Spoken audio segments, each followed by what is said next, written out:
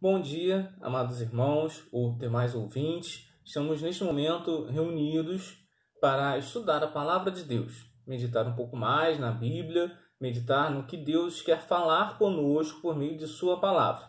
Sou o pastor Arthur Fernandes Rezende, professor da classe Daniel Camargo, na Igreja Batista Central de Trindade, presidida pelo pastor Gerson Moreira.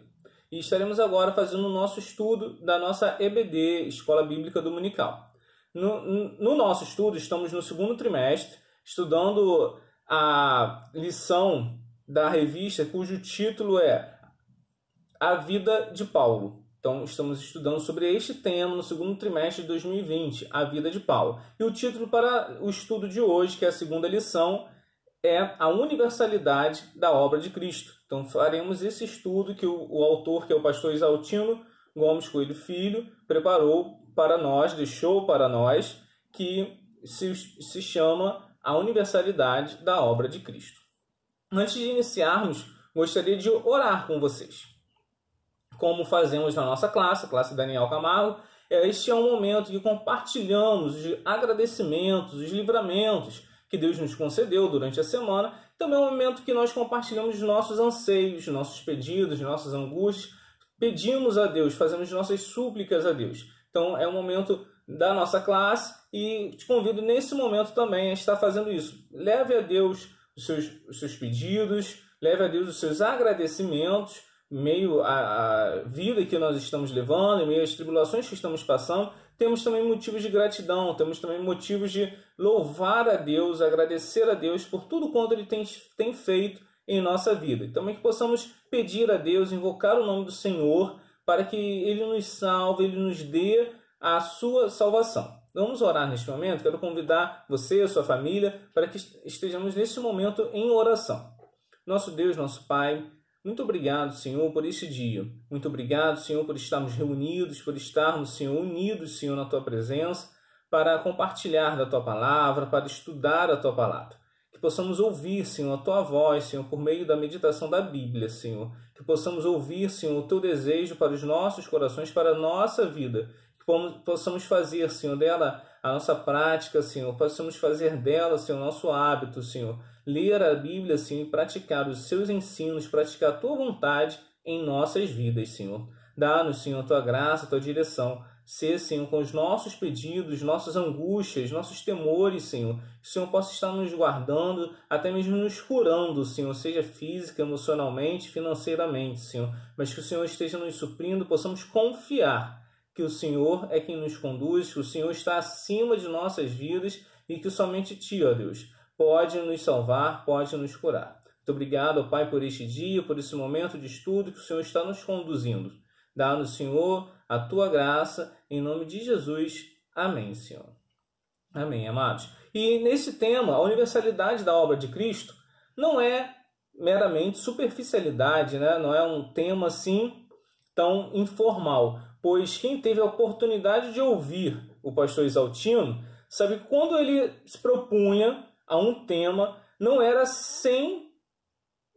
meramente despretensioso ou inocente. Se ele tinha mesmo esse tema, a universalidade da obra de Cristo, ele tinha totalmente o profundo do contexto desse tema. Não era para simplesmente passar por esse tema de forma suave, mas sim a fundo. Então esse é um estudo que tem o seu elo principal, né, primeiro, que é falar sobre Cristo, mas também tem o seu elo também contemporâneo, aplicado nos dias de hoje, e que devemos entender sobre a universalidade da obra de Cristo. O que é isto, né? E nesse estudo nos é ensinado que, primeiro, o cristianismo inicialmente é uma seita judaica. Segundo, o evangelho é para todos. E terceiro, universalidade sim, universalismo não. Ou seja, é um tema que se destaca em nossa contemporaneidade, pois o fato é que o próprio pastor Isaltino havia declarado a respeito de pessoas que o perseguiam por conta de suas posições bíblicas, como até mesmo leremos hoje uma dessas posições frente à sociedade contemporânea. Então não era um pastor que se envergonhou diante da sociedade atual. Então, que possamos entender, aprender um pouco com o que ele nos deixou e possamos aprender principalmente na Bíblia, o que a Bíblia tem a falar aos nossos corações hoje. Se voltarmos um pouco, podemos lembrar que Paulo era um fariseu, um teólogo, um religioso, e que lutava firmemente contra aqueles que eram opostos à lei e buscavam seguir, por exemplo, a Jesus. Ele era oposto a quem se desviava da lei, e dentre estes, quem seguia a Jesus. Então, foi feita uma partição, uma seita dentro do judaísmo. Mas, após ter um encontro real com Jesus e entender que Deus o separara desde o ventre de sua mãe, Paulo toma para si a responsabilidade de levar o homem de Nazaré como matéria de culto e centro do pensamento em todo o mundo, como nos afirma o nosso estudo. Então, Paulo compreendeu que não era uma lei, não era uma religião em si, mas era a vida de Cristo que importava, era Cristo como centro do mundo, centro de um pensamento, centro de uma cosmovisão cristocêntrica que deveria ser expandida, levada a todo o mundo, levada a toda a era, a todos os povos. Para compreender o tema deste estudo, podemos ler, por exemplo, a palavra de Deus que se encontra na carta de Paulo aos Romanos. O capítulo 1, o autor destacou aqui para nós os versos 18 do capítulo 1 até o verso 12 do capítulo 2. Faremos essa leitura, mas quem parou um pouco para ler a lição viu que tem vários outros textos que corroboram, contribuem para as afirmações do nosso autor, comprovando como Paulo agiu. Então vamos ler nesse momento a carta de Paulo aos Romanos, o capítulo 1, verso 18, até o capítulo 2, o verso 12. Então, estaremos lendo aqui. Porque do céu se manifesta a ira de Deus sobre toda a impiedade e injustiça dos homens, que detêm a verdade em justiça. Porquanto o que de Deus se procede conhecer, nele se manifesta, porque Deus lhe manifestou. Porque as suas coisas invisíveis, desde a criação do mundo, tanto o seu eterno poder como sua divindade, se entendem e claramente se veem pelas coisas que estão criadas, para que eles fiquem inexcusáveis. Porquanto, tendo conhecido a Deus, não o glorificaram como Deus, nem lhe deram graças. Antes, seus discursos se desvaneceram, e o seu coração insensato se obscureceu. Dizendo-se sábios, tornaram-se loucos, e mudaram a glória do Deus incorruptível, em semelhança da imagem do homem corruptível, e de aves, e de quadrúpedes, e de répteis, pelo que também Deus os entregou às concupiscências e às de seus corações, a imundícia, para desonrarem seus corpos entre si, pois mudaram a verdade de Deus em mentira e honraram e serviram mais a criatura do que o Criador, que é bendito eternamente. Amém. Pelo que Deus os abandonou às paixões infames, porque até as suas mulheres mudaram o uso natural no contrário à natureza, e semelhantemente também os varões, deixando o uso natural da mulher, se inflamaram em sua sensualidade uns para com os outros, varão com varão, cometendo torpeza e recebendo em si a recompensa que convinha ao seu erro. E como eles não se importavam de ter conhecimento de Deus, assim Deus os entregou a um sentimento perverso, que para fazerem coisas que não convêm. Estando cheios de toda iniquidade, prostituição, malícia, avareza, maldade, cheios de inveja, homicídio, contenda, engano, malignidade, sendo murmuradores, detratores, aborrecedores de Deus, injuriadores, soberbos, presunçosos, inventores de males, desobedientes aos pais e às mães, nécios, infiéis nos contratos, sem afeição natural, irreconciliáveis, sem misericórdia, os quais, conhecendo a justiça de Deus, que são dignos de morte os que tais coisas praticam, não somente as fazem, mas também consentem aos que as fazem. Portanto, és inexcusável quando julgas, ó homem, quem quer que sejas, porque te condenas a ti mesmo naquilo em que julgas o outro, pois tu que julgas fazes o mesmo. E bem sabemos que o juízo de Deus é segundo a verdade sobre os que tais coisas fazem. E tu, ó homem, que julgas os que fazem tais coisas, cuidas que fazendo-as tu escaparás do juízo de Deus?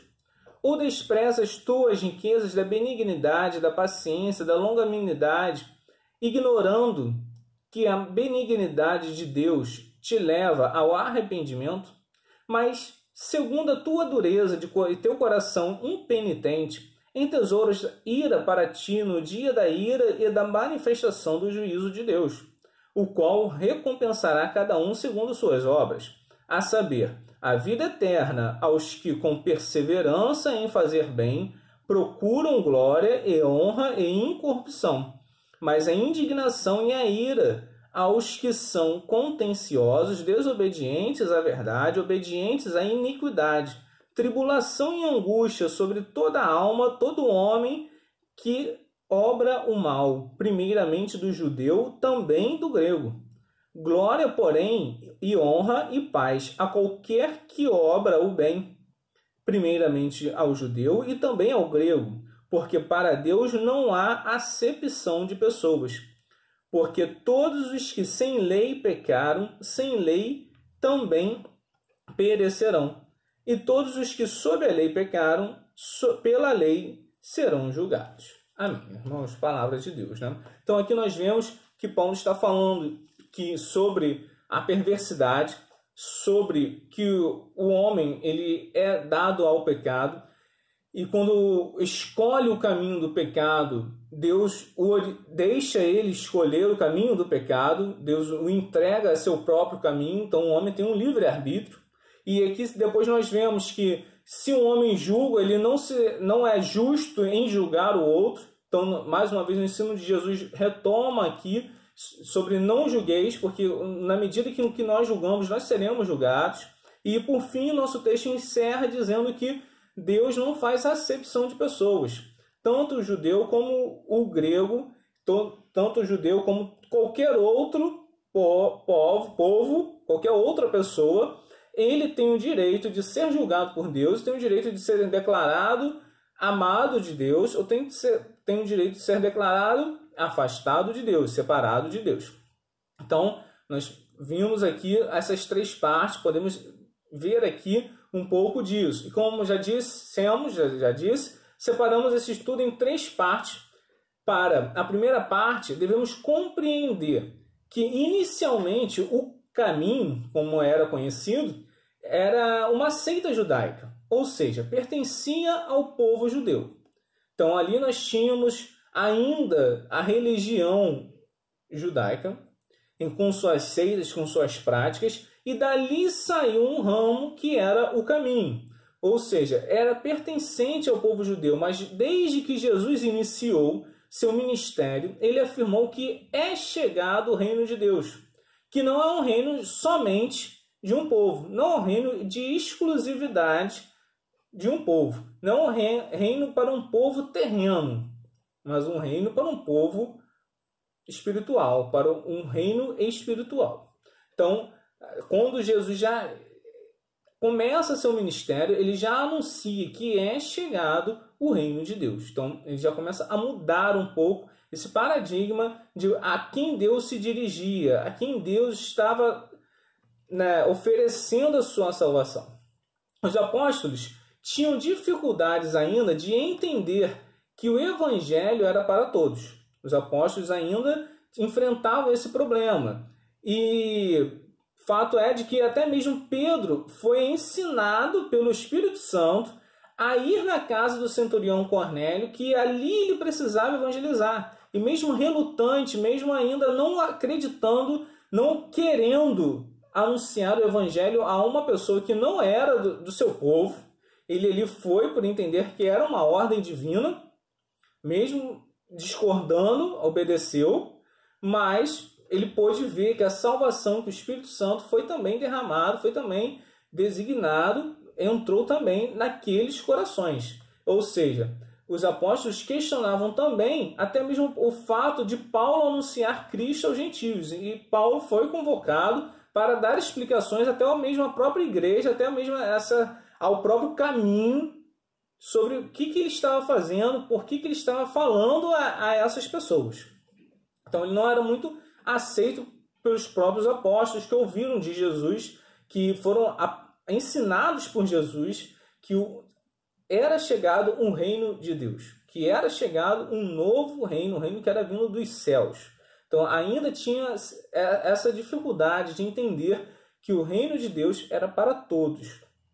Os ensinos de Paulo, com os ensinos de Paulo, entendemos que devemos abandonar a lei, ou seja, uma religião vazia, que não traz santificação. Seguir leis não traz a santificação.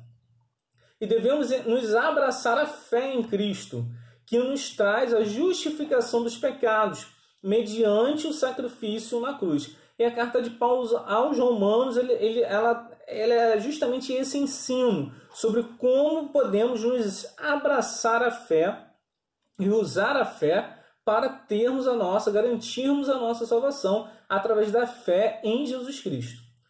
Por falar em cruz, por falar sobre o sacrifício da cruz, estamos em Páscoa, no período de Páscoa, e falamos em uma cruz vazia. A nossa cruz está vazia, o túmulo está aberto. Jesus ressuscitou dentre os mortos e, mediante esta certeza, também ressuscitaremos com ele, como afirmou Paulo no capítulo 8 de Romanos. Então nós não dependemos de uma cruz, de um madeiro com um Cristo, com uma imagem de um Cristo, para que nós, ao olharmos para ele, possamos ser curados, possamos ser salvos de algumas mazelas. Não, nós cremos num Cristo vivo. Assim como Cristo morreu, nós também cremos que morremos com Cristo para que, como ele ressuscitou, nós também ressuscitaremos em glória, como afirma Paulo na carta aos Romanos, do capítulo 8. Então vale a pena a leitura do capítulo 8 para entendermos que nós levaremos para nós a mesma morte, a morte como Cristo morremos, para que com ele vivamos. E nós não vivemos mais a nossa vida, mas Cristo vive em nós. Pela carne, só temos a condenação, mas pela morte de Cristo, se com ele morremos, com ele ressuscitaremos em glória. Ou seja, não vivemos segundo leis, segundo tradições, segundo uma religião, segundo a religião, um ritual de um povo, com seus símbolos, com seus acessórios, com suas festas, com suas liturgias. Vivemos pela fé, vivemos por meio da fé. Como ainda aos Romanos é afirmado, assim como Abraão creu, isso foi imputado como justiça. Abraão, pela fé, foi justificado. O autor ainda afirma que nós somos filhos de Sara e não de Agar. Agar representava uma escrava que gerou filho da escravidão, gerou filho que vivia segundo uma lei, segundo um regime de escravidão, e que foi entregue como obrigação de gerar filho em nome de sua dona, digamos assim, de quem a possuía. Mas somos filhos de Sara, filhos da promessa de Deus. Deus prometeu que geraria filhos por meio de Sara. Então nós devemos crer nas promessas de Deus. Então não dependemos das nossas ações. Não é eu que vou dar jeitinho para ter uma salvação. Não é eu que tenho que agir para que Deus salve. Mas eu devo crer. Eu devo ter fé em Deus, que Ele é poderoso para me salvar. Ele é poderoso para cumprir, que nos salvará. Ele nos salva. Deus promete salvação por meio da fé em Jesus a todo que invocar o seu nome. Então, que possamos crer nisso. Deus promete salvação por meio da fé em Jesus. Então, nós somos filhos da promessa, nós somos filhos por meio da fé em Jesus. Não somos mais filhos da lei, não somos filhos de rituais, não estamos mais ligados a rituais, a sacrifícios anuais, temporais, mensais. Não, o sacrifício foi um só, que é o sangue de Cristo na cruz. Esse sangue foi capaz de curar todo o nosso pecado, toda a nossa dor, levar consigo todo o nosso pecado. E, em segundo lugar, devemos entender que o Evangelho é para todos. Então, era uma seita judaica e, a partir desse momento, a partir da vinda de Jesus, Jesus expande, mostra que o Evangelho é para todos. Como não se trata de uma religião para ser seguida por um povo, mas designada a um povo exclusivo. O cristianismo é para todos, sem distinção. Para entendermos o porquê do Evangelho ser para todos, devemos compreender o oposto, né? Por que o Evangelho é para todos? Pelo simples fato do oposto. Se o Evangelho é para todos, se todos podem ser salvos, é porque todos estão condenados, todos estão afastados de Deus. Então, mais uma vez, em Romanos, nós temos essa explicação. Em Romanos 3:23, nós lemos que, porque todos pecaram e separados estão da glória de Deus. Então, todos podem voltar para Deus. Porque o salário do pecado é a morte, mas o dom gratuito de Deus é a vida eterna por Cristo Jesus, nosso Senhor. Então, se estamos numa vida em pecado, estamos vivendo segundo a lei, segundo o pecado, o salário, o pagamento é a morte. Mas o que Deus nos dá sem custo, de graça, gratuitamente, é a vida eterna, pela fé em Cristo Jesus. Ou seja, nós estamos separados, afastados de Cristo por conta do pecado, e todos pecaram. Então, se todos pecaram, todos podem voltar a Deus, todos podem retornar à casa do Pai. Então, o Evangelho é para todos. Assim como todos pecaram, todos estão afastados, todos podem retornar para Deus. Se todos nós estamos condenados, afastados, então também temos acesso à presença de Deus. Devemos, então, buscar uma religação com Deus, uma religião verdadeira, que é Jesus, só é possível em Cristo.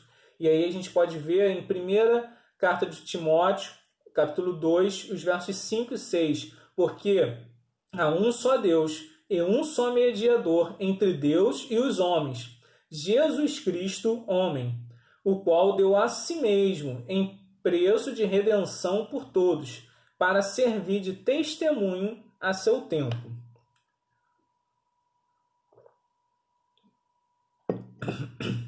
Então, assim como há um só Deus, só temos um mediador, só tem um que pode nos levar de volta a Deus, que é Jesus Cristo, que veio em forma de homem e deu a si mesmo como preço de redenção, como um preço daquele que pode nos pagar para termos acesso a Deus. No pensamento de Paulo, Deus é o Salvador de todos os homens. É possível, é desejo divino que todos os homens, e não apenas os judeus, sejam salvos. É desejo divino que todos os homens, e não apenas os judeus, sejam salvos. Isto é, a universalidade da obra de Cristo. Isto é, a universalidade da obra de Cristo. A salvação de Deus é destinada a todos os homens. Ele é o Salvador possível para todos os homens. Ele é o Salvador possível para todos os homens. Todos podem ser salvos. E é a partir desse momento, desse fechamento, que a gente começa o nosso último tópico. O nosso último tópico, universalidade sim, universalismo não. Por que ele é o Salvador possível para todos os homens? Porque todos os homens podem ser salvos. Essa é uma questão muito importante nos dias atuais, onde há muitas teologias contemporâneas e muitas delas afirmam o quê? Que todos serão salvos. Quando se trata do universalismo e não da universalidade, universalismo entende-se por teologias, que muitas delas têm bases filosóficas, afirmam que Deus, sendo um ser supremamente bom, um Deus dotado de bondade e amor, ele não pode, no fim, lançar fora do seu paraíso a sua criação. Então, se Deus é bom, ele não pode lançar fora, lançar ao inferno a sua criação, os seus escolhidos, o que ele ama. Aí podemos usar lá, né, João 3,16, porque Deus amou o mundo, então ele amou o mundo. Então, se ele amou o mundo, ele não vai abrir mão de ninguém. Ele é o amor. O amor de Deus vence. Há livros com esse título, o amor vence. Ou seja, o amor de Deus no final será maior, ele irá vencer. E isso é a pregação do universalismo. É uma pregação que é contrária à Bíblia. Não é isso que a Bíblia afirma, que no final todos serão redimidos, no final todos serão salvos, Deus abrirá a porta do seu aprisco e todos entrarão. Primeiro vai entrar os justos, os bonzinhos e depois todo mundo. Não, a Bíblia não afirma isso, nossa Bíblia não afirma isso. Deus, as palavras de Deus não afirmam isso. Cremos que a Bíblia é a palavra de Deus e a palavra de Deus não afirma isso. Deus não afirma isso. Como um pai que ama todos os seus filhos, assim Deus receberá a todos e os unirá em seu amor eterno. Mas o pastor Exaltino, ele é contundente e firme ao expressar que tais proposições são inverdades, mentiras, apregoadas por falsos mestres, com origem no próprio diabo. Não devemos nos enganar, devemos ser vigilantes na palavra de Deus. Devemos crer, devemos perceber que a palavra de Deus nos afirma, nos evidencia que haverá o juízo final, haverá o dia do julgamento, haverá o dia do juízo final, em que Deus será o supremo juiz. Aqui no capítulo 2 dos Romanos nós vemos que nós não podemos ser juízes de nós mesmos. Nós não podemos julgar com a nossa medida, né? Eu não posso medir o próximo com a minha medida, com a minha régua. Eu só posso medir o outro com uma régua que é suprema, é uma régua acima de nossas vidas, que é Deus. Então, Deus que é o nosso juiz. Então, ninguém se esquivará, ninguém é inexcusável, né? Ninguém se esquivará, ninguém vai escapar do juízo. Teremos o julgamento e Deus é o nosso juiz. Deus é o nosso juiz. Em Romanos 10, 13, então nós retomamos, né? Aquele que invocar o nome do Senhor será salvo.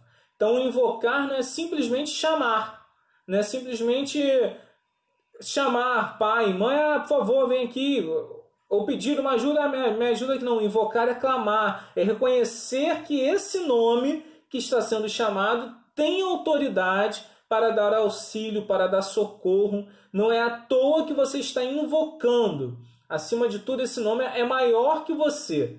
Invocar. Você está chamando alguém que é maior que você. Ou seja, colocar-se, o autor afirma, sobre o cuidado do nome.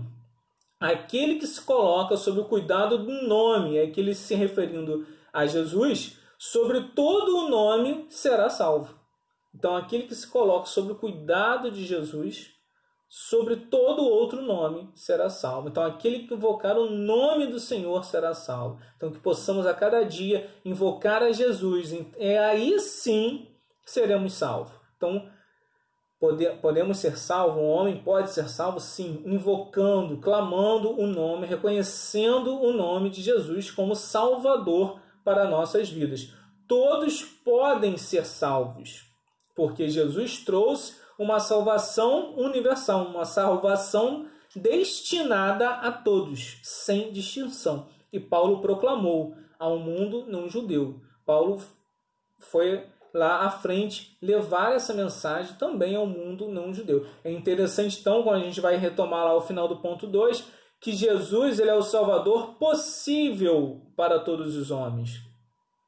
Jesus é o Salvador possível para todos os homens. Por quê? Porque o homem que vai escolher se ele quer aceitar a salvação de Jesus ou não. Então, é o Salvador possível para todos os homens. Devemos evitar a frase Jesus é o Salvador de todos os homens. Ele tem poder para salvar todos os homens, mas os homens precisam escolher, invocar o nome de Jesus, invocar o nome do Senhor, para então serem salvos. Então, que possamos pensar, né? Possamos pensar e agir, encerrando o nosso estudo, que nos dias de hoje houve-se muito a necessidade de um mundo justo, de um mundo igualitário, de um mundo sem raça, sem cor, né, sem sexo, muito igual, muito justo e tantas outras variáveis que devem ser igualadas. Mas devemos perceber que Jesus, desde a sua vinda, acabou com essas barreiras. Ele anunciou um evangelho acessível a todo aquele que crê, a todo aquele que escolhe. Não há mérito e ninguém é melhor que ninguém. A salvação é obra da graça.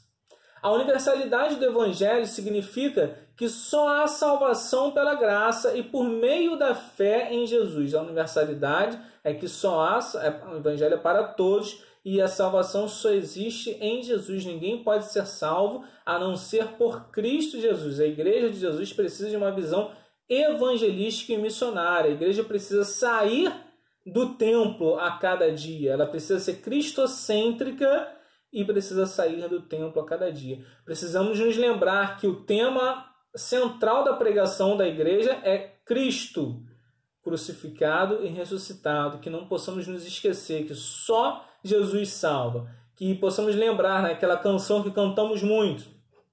A canção que a gente traduz como poder para salvar, poderoso para salvar, mighty to save. Todos necessitam de um amor perfeito, perdão e compaixão. Todos necessitam de graça e esperança, de um Deus que salva. Cristo move as montanhas e tem poder para salvar. Que possamos agradecer a Deus